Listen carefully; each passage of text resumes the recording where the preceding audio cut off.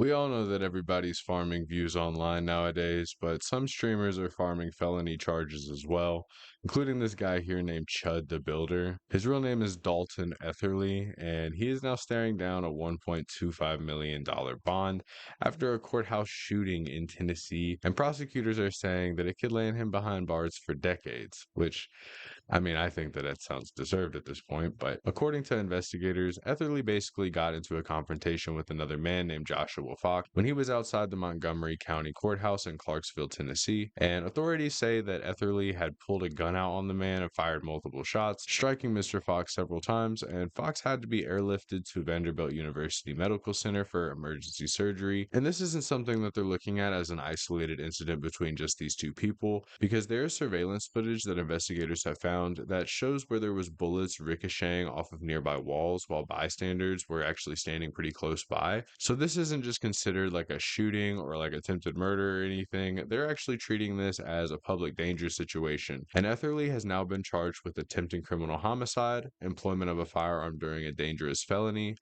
He also is getting charged with aggravated assault and reckless endangerment with a deadly weapon. And now you guys can see why his bond is so high and he's facing so much time in prison.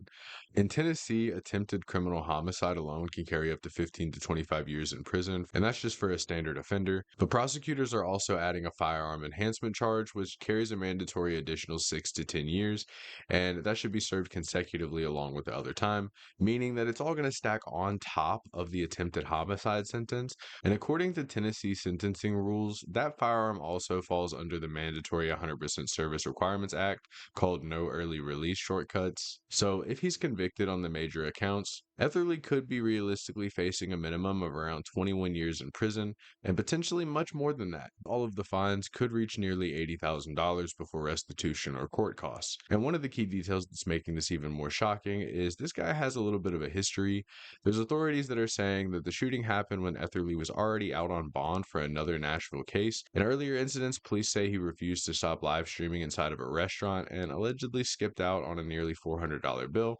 So I guess he just ate there and he just completely walked out. And that's kind of just another incident like the Jack Doherty case where we see the influencers and people with that kind of mindset just think they can do whatever they want.